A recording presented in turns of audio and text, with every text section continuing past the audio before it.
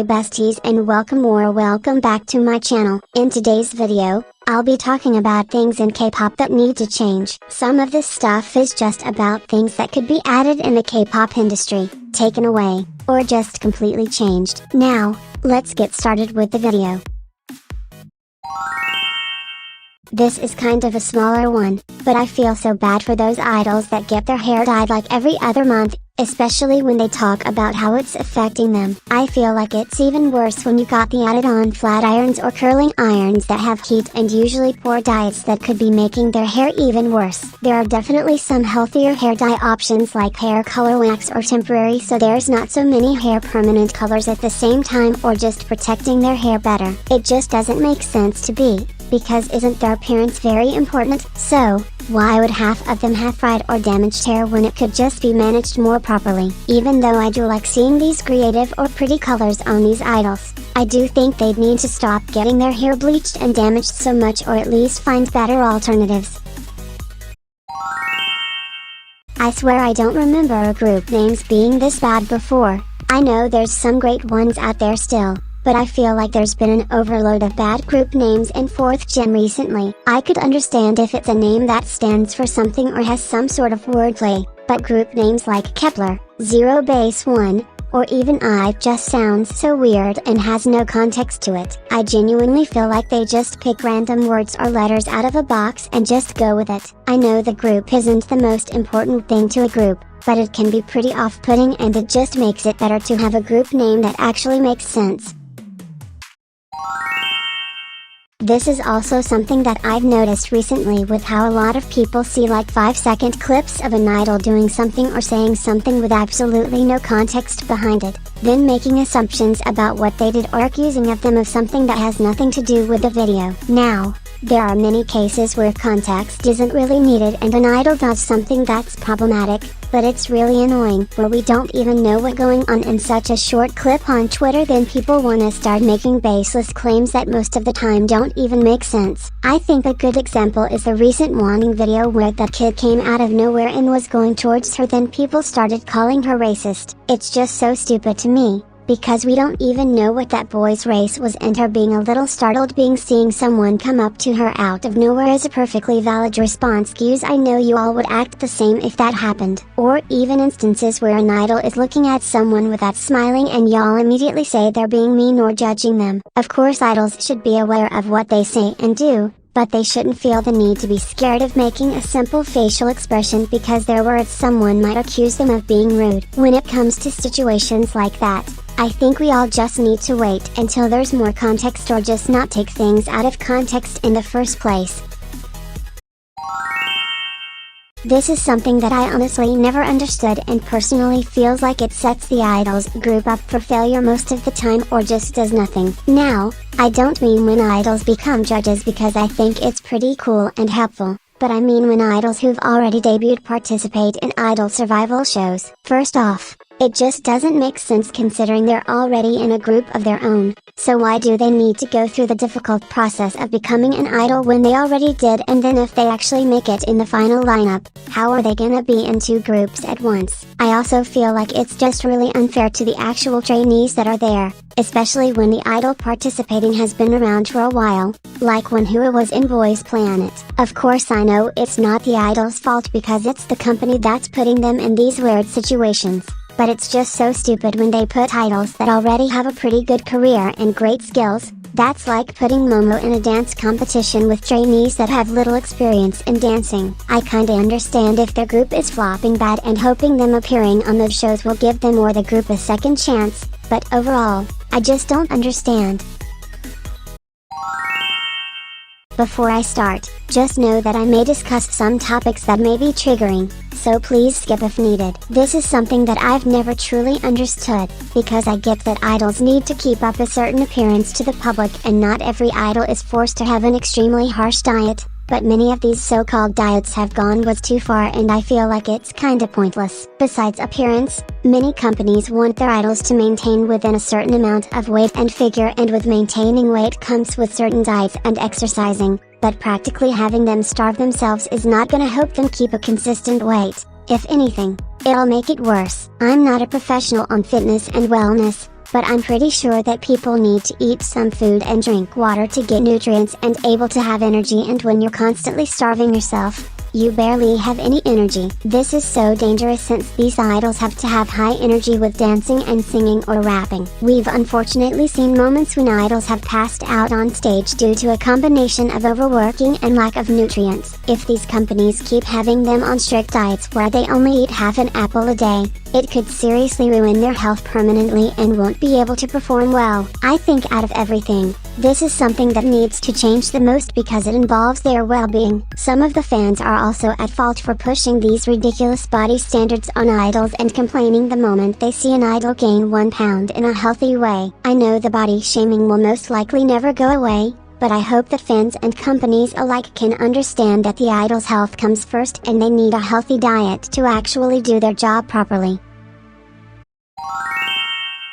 I've already kinda discussed this topic before, but this is something that really does need to change. Although I think we all know that the parasocial relationships in the K-pop industry will never go away, I do think idols should at least have the freedom to form their own boundaries with fans and be able to say no to certain things. Even though I would love it, I know they can't slap or cuss out disrespectful fans that are being too physical or rude, but they should definitely be able to tell the fans to stop and not have it be made into a big deal. It's true that a big part of their career involves interacting with fans, but they're not and never were promised to us as fans to stay single or do everything we tell them to, because at the end of the day, most of them are adults that can do what they want. A lot of you all need to understand that these idols don't have to listen to y'all all the time, and if they don't like or feel uncomfortable with what you're asking, then they can say no if they want, and that doesn't make them disrespectful. You're just entitled. Idols should be able to set boundaries, and I don't even care if you're asking them to call you their wife or husband.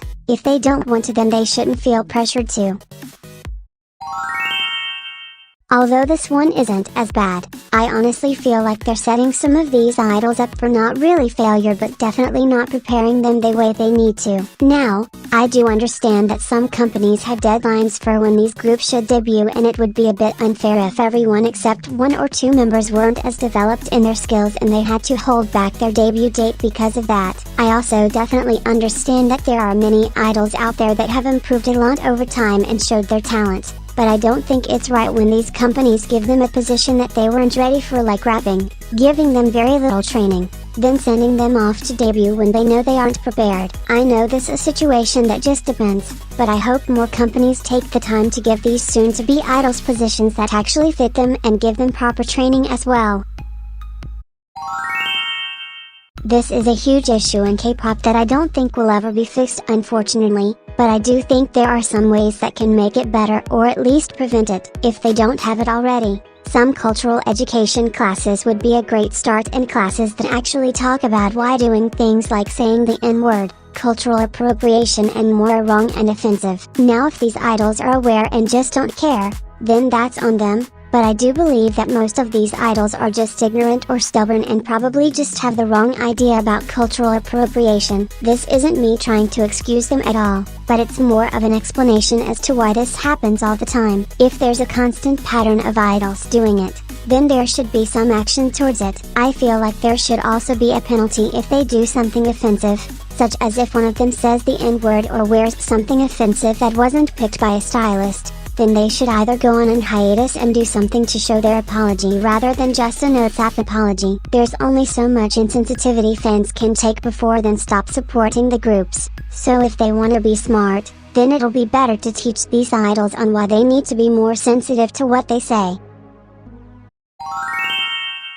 I honestly feel like this is just so ridiculous. Like if there's more than 8 members, you don't need to have an album for every single member. Even though I collect albums myself, the only time I'll be the same album twice is if there's another version of concept photos that I love, but that's it. I'm not shaming anyone that buys multiple versions, but more of the companies who are making like 10 versions of the same album dedicated to different members. It just doesn't make sense to me, and a waste of materials when you can just show their individual photos in the group album. I just feel like it's excessive and only different concept version albums should exist.